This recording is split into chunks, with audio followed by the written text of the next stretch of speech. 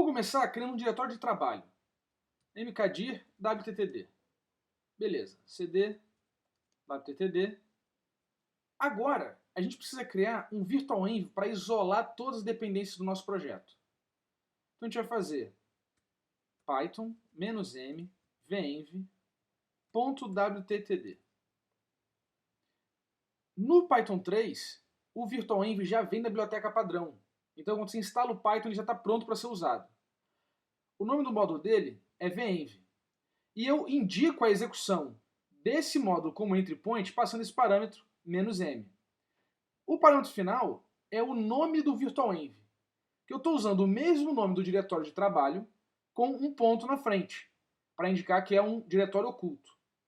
Eu faço isso para poder separar todos os arquivos do virtualenv num diretório isolado, porque são vários. E aí não mistura com o que é código do projeto. Os comandos usados nessa aula são comandos que eu faço no meu computador, no Mac, né, que é um sistema Unix. Então, quem é do Mac, quem é do Linux, vai usar exatamente esses comandos. Mas eu deixei uma aula bônus no fim desse módulo, lá na última aula desse módulo, para a galera que está usando o Windows. A aula chama-se Desmistificando o Prompt de Comando do Windows. E lá você vai ter toda a conversão dos comandos que eu faço aqui no Unix, né, para o Windows. De qualquer maneira, é importante você assistir essa aula, porque eu vou explicando como eu organizo o código, como eu organizo o projeto, e isso serve para qualquer sistema operacional. Só os comandos que mudam um pouquinho, beleza? O link está aqui embaixo na descrição desse vídeo. Vale a pena você dar uma olhada se está usando o Windows. Criamos o virtualenv. Se eu der um ls, não aparece nada, mas ls-a, ele me mostra tudo, inclusive o diretório oculto lá. Vamos dar uma olhada nesse cara, o que ele tem dentro dele. ls.wttd. Ele tem 3 diretórios e um outro arquivo de configuração. Vamos ver o diretório bin. Aqui a gente tem todos os comandos executáveis. Veja que eu tenho o Python, nós temos o pip, o isinstall, que a gente não vai usar porque estamos usando o pip, e o activate, que é para ativar o virtualenv. Então eu preciso fazer agora source.wttd /bin/activate. E agora ele muda o meu prompt indicando que o virtualenv está ativo e qual o nome do virtualenv ativo. Dessa maneira, quando eu faço agora which Python, olha que interessante, ele está usando o Python do virtualenv, não o Python do sistema. A mesma coisa com o pip. A partir daqui, então, a gente já pode instalar o Django, porque ele vai instalar no virtualenv. Pip install Django. Maravilha! E agora eu posso criar o projeto Django. Para isso eu faço Django-admin espaço start project espaço eventex ponto. Esse ponto final é muito importante. O start project recebe o nome do projeto e, opcionalmente, o diretório de trabalho. Se eu não indicar esse ponto no final, ele vai criar um diretório de trabalho chamado eventex e dentro dele vai criar o projeto Django. Como a gente já criou o diretório de trabalho wttd, eu só quero que ele crie o projeto Django nesse diretório atual. Maravilha. Legal, vamos ver o que ele fez. Olha que interessante. Tem um diretório eventex e tem um arquivinho manage.py. Vamos ver essa estrutura de diretórios. Se eu usar o comando tree, que eu instalei com o Homebrew, olha que interessante. Ele tem o nosso diretório de trabalho wttd, tem o eventex, que é o diretório do projeto Django. Aí veja que ele é um pacote Python, porque ele tem o dunder-init.py. Um diretório com dunder-init.py é reconhecido como um pacote Python. E aí eu posso ter submódulos. Então eu tenho settings, URLs, WSGI, que é WSGI, a gente fala WSGI, e tenho do lado de fora o manage.py, que é o entry point do Django, é o comando que a gente vai usar para poder ativar todos os recursos do Django. Vamos ver como é que ele funciona. Python manage.py. Maravilha! Veja só que o Django tem um monte de comando pronto para a gente usar. E eu posso pegar detalhes do comando usando aqui help e botando o nome do subcomando. Uma das primeiras coisas que eu gosto de fazer é arrumar a casa. A gente tem aqui o nosso manage.py. Mas olha só, para eu poder acessar ele quando eu estiver fora do diretório de trabalho. Se eu entrar aqui em eventex, para eu acessar o manage.py, eu tenho que fazer python.manage.py. Só que o projeto Django tem vários subdiretórios, então imagina eu ficar em ponto, ponto, barra, ponto, ponto, barra. É um caos. Eu gosto de generalizar esse cara. Eu sei que eu sempre vou desenvolver com virtualenv ativo. Então eu consigo ver echo virtualenv. Legal. Eu posso usar essa variável de ambiente que sempre vai existir quando o meu virtualenv estiver ativo para referenciar o manage.py. Então eu posso fazer aqui alias manage é igual, boto aqui aspas simples, é importante por causa do Unix, Python $virtual underscore env barra ponto ponto barra manage.py. Fecha aspas simples. Legal. Agora em qualquer lugar eu posso simplesmente manage. Pronto. Ele me ativa exatamente o cara certo e eu não preciso mais ficar botando o caminho relativo ou o caminho absoluto de onde está o arquivo. Para quem tem um Windows, dentro do virtualenv tem um diretório scripts. Cria um arquivo manage.bat, que é um arquivo texto normal, e no conteúdo desse arquivo coloca @python %virtualenv% barra ponto ponto barra manage.py e no final não esquece desse porcento asterisco. Com isso, qualquer parâmetro que você passar para o manage.bat vai para o manage.py. Para a galera do Unix, é só colocar o alias que a gente já fez anteriormente no seu .bashrc ou .profile. Para ver que está tudo certo, agora a gente vai rodar o servidor de desenvolvimento do Django. Manage run server. O Django começa o processo performando algumas verificações. Ele disse que verificou tudo e não encontrou nenhum erro. Em vermelho aqui, ele informa que 14 migrações não foram aplicadas. Isso é problema para depois. A gente não precisa se preocupar com isso agora, não é o nosso foco. Ele segue então dizendo que o Django está sendo executado com o settings eventex.settings e informa qual é a URL do servidor de desenvolvimento. Eu posso vir agora aqui embaixo e clicar para abrir o Django informando que está tudo direitinho, instalação feita com sucesso. Agora é só fechar a janela, voltar para o terminal e dar um Ctrl C para interromper a execução do processo. Ainda aqui no meu diretório do projeto, dentro do Eventex, vamos dar o próximo passo e vamos criar a nossa primeira Django App. Uma app nada mais é do que uma biblioteca Python que segue algumas convenções do Django. Para criar uma app a gente faz manage start app core. Esse é o nome da primeira app. Eu gosto sempre de dar esse primeiro nome porque core significa núcleo.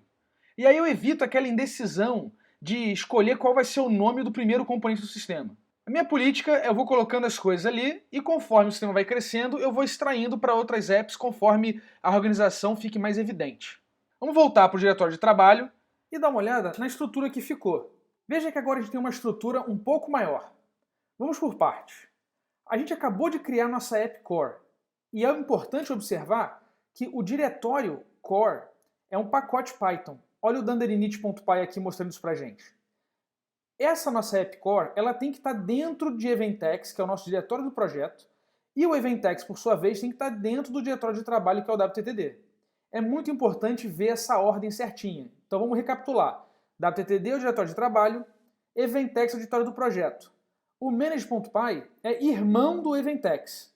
E dentro do Eventex, que é um pacote, porque eu tenho aqui o meu danderinit.py, eu tenho a minha app core, que é um subdiretório. Dentro dela vai ter um monte de arquivos, né, que são os arquivos da nossa app, como admin, apps, um diretório migrations, models, testes e views.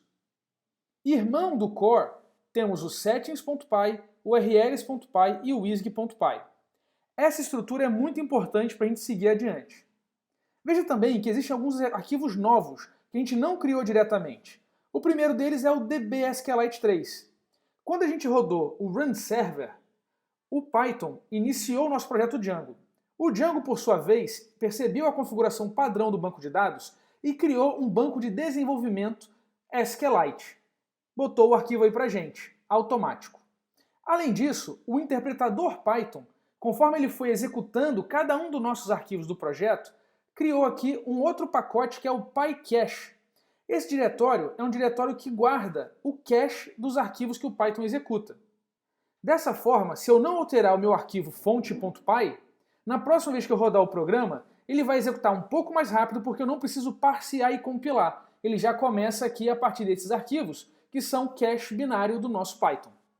Agora eu vou abrir o PyCharm e vou abrir o diretório de trabalho da WTTD, que tem o meu projeto Eventex dentro. Porque o WTTD já contém um virtualenv, o PyCharm consegue detectar esse virtualenv.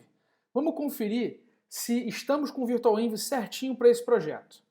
Eu venho aqui em PyCharm, Preferences, venho aqui em Project WTTD, Project Interpreter. E veja que ele já tem a detecção do nosso virtualenv que a gente construiu. Maravilha! Só dá OK. E agora, a gente vai terminar de configurar a nossa app core. A gente criou a app e agora a gente precisa instalar ela nos settings do Django. Então eu venho aqui, dentro de Eventex, eu vou ter os settings, abro esse arquivo, e aqui nos settings eu posso procurar o install de apps. Está aqui. Aqui tem a lista de todas as apps que o nosso projeto está usando. Então o que eu vou fazer é, no final dessa listinha, vou criar mais uma entrada, que é uma string, onde eu vou colocar eventex.core. Atente para no finalzinho da linha aqui eu colocar mais uma vírgula. Assim, da próxima vez que eu precisar instalar uma app, eu garanto que eu não esqueço da vírgula, evitando erros comuns que acontecem quando eu estou criando apps no Django. Salve esse cara, posso fechar.